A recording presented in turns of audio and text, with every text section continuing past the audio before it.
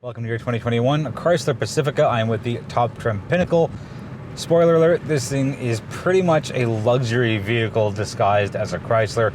We'll get into more of that once we look on the interior, but for now, let's do the drive, let's do the outside, and then let's do the inside. So under the hood, it is a 3.6 liter V6, and it's a 16 kilowatt per hour battery because it is a hybrid. And power figures are 287 horsepower, 262 pound-foot of torque, all through a 9-speed automatic transmission. For a large size vehicle, a minivan, one of the biggest things out there, there's a lot of get up and go. And I was genuinely surprised at how strong it is. And the last time I had a Pacifica was, the video went up on June 1st, 2020, so I probably had it the week before. So it's been about a year and a half since I've had one. And I would take this over any traditional SUV or crossover any day of the week. It's got lots of power. And I know the figures don't seem like it's a lot. It's under 300 horsepower, under 300 pound-foot of torque for a vehicle of this size, but there's and like I said, a lot of get up and go, a lot of quick acceleration. I stumbled the first time, like I can recover, and I'm like, no, I can't recover. So anyway, so lots of quick acceleration. Quarter inch handling isn't great because it's a minivan, and there's got to be a trade-off somewhere. But I don't think anyone's going to be ripping around corners in the Pacifica. Like, you could if you really wanted to, I guess. But my 2 cents is just don't bother doing that. And take your turns slow, and you can take your straightaways fast. And there's no issues getting up to highway speeds here at all. Now, let's quickly jump into the electronic side of it, or the EV side of it. So you can go up to 51 kilometers on complete electronic battery power. And in total, Chrysler says you can go 835 kilometers. That number will flex a little bit depending on how you drive, who's in the vehicle, what's in the vehicle, driving conditions. Are you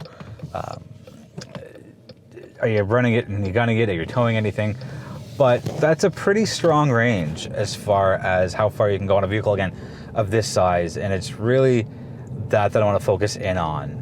Because again, it's a minivan. There's only 4 of them out there in Canada as far as different models go. So having something this big go nearly 1,000 kilometers, plus it's a hybrid. No, I know the Sienna is a hybrid as well. But let's focus back on the Pacifica. It does really, really well.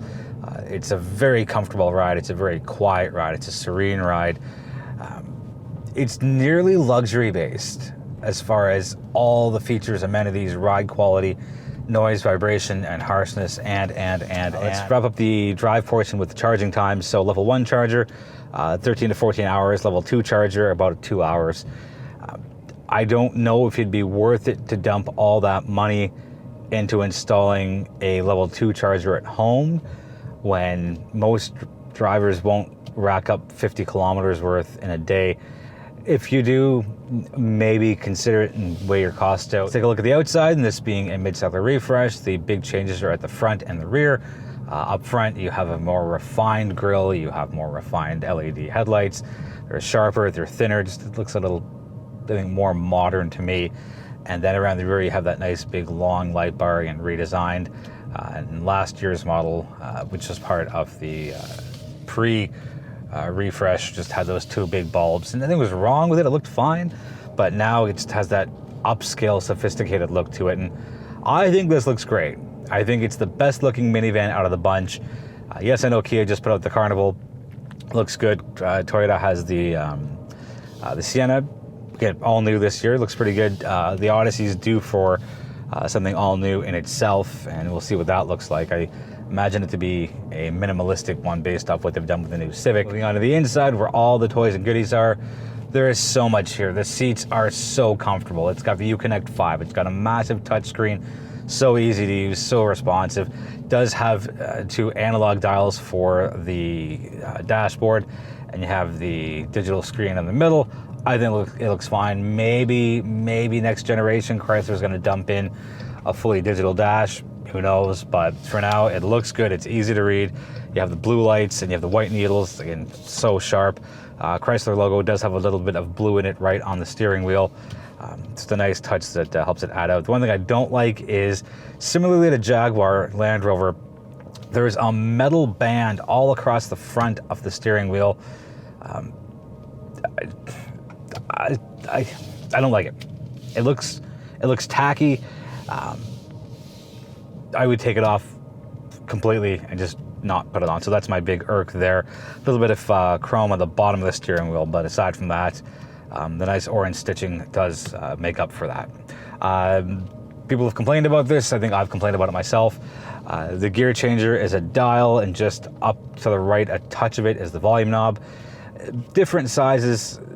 The perimeter is still the same texture, so it'll take a while to get used to, but the more you drive this vehicle, if you own it or lease it or finance it or whatever, you'll be fine with it eventually. I had not once flicked the gear changer instead of the volume knob. I touched the gear changer, by accident, and I'm like, oh, this feels too big for a volume knob. And even if you were to flick it to the left by accident, that just puts you in neutral. There is a lock for reverse, so it is not possible while you're moving to put the vehicle into reverse. It's a safety feature, and that's that. Parking brake just beneath it. All of your HVAC items are here, just below the infotainment screen and just to the right of the gear lever. You get a DVD, Blu-ray player. You have lots of storage, and you have cup holders. So storage here. Let's focus on that, because as a family hauler, your family's got a lot of stuff, whether it's iPads or purses or hockey gear, or sports gear, dancing stuff, musical instruments, whatever your kids do. There's got to be a lot of space for it. And whether it's small things like juice boxes or USB cords, or I don't know what kids have, but I'm sure they have a lot of stuff. Looking up, there is a 3-pane sunroof, so you got one for the driver passenger, one in the middle, and one for the people in the third row, which is super nice because usually they're pretty much forgotten about. Speaking of the third row, love the seats, fold right in, and even with this being a hybrid, you can still fold in to the floor the third row seats. So you're saving the planet, you're saving on gas, and all while not compromising the functionality here. So to me, that's a great move. And this is all-wheel drive, so that adds more components, and you can still put the seats in the third row. And with nearly 4,000 liters of cargo space, nearly 4,000. The actual number's 3,979 liters. That's a lot of space. That is, you could fit almost anything in here. You are eligible for up to $5,000 in rebates from the federal government as per the Chrysler Canada website. So take a look at what you want, and that $5,000 definitely helps, especially with the top trim hovering around the $60,000 mark. This being a hybrid vehicle, let's touch on fuel economy just before we wrap up.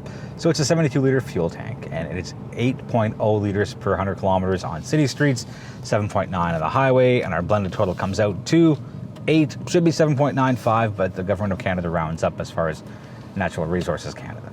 So again, take into account the size of the vehicle, and then take a look again at that average fuel consumption. The hybrid side definitely helps. That's going to wrap it up for the 2021 Chrysler Pacifica. If you've got any questions on the vehicle, let me know in the comments, and I will do my best to get you answers as soon as possible. Thank you so much for watching. I really do appreciate the support, and feel free to subscribe if you haven't already, and feel free to tell somebody about the channel who you think might be interested in what it is that I do. Until I see you in the next review, there we go, stopped. Be well, be healthy, be safe.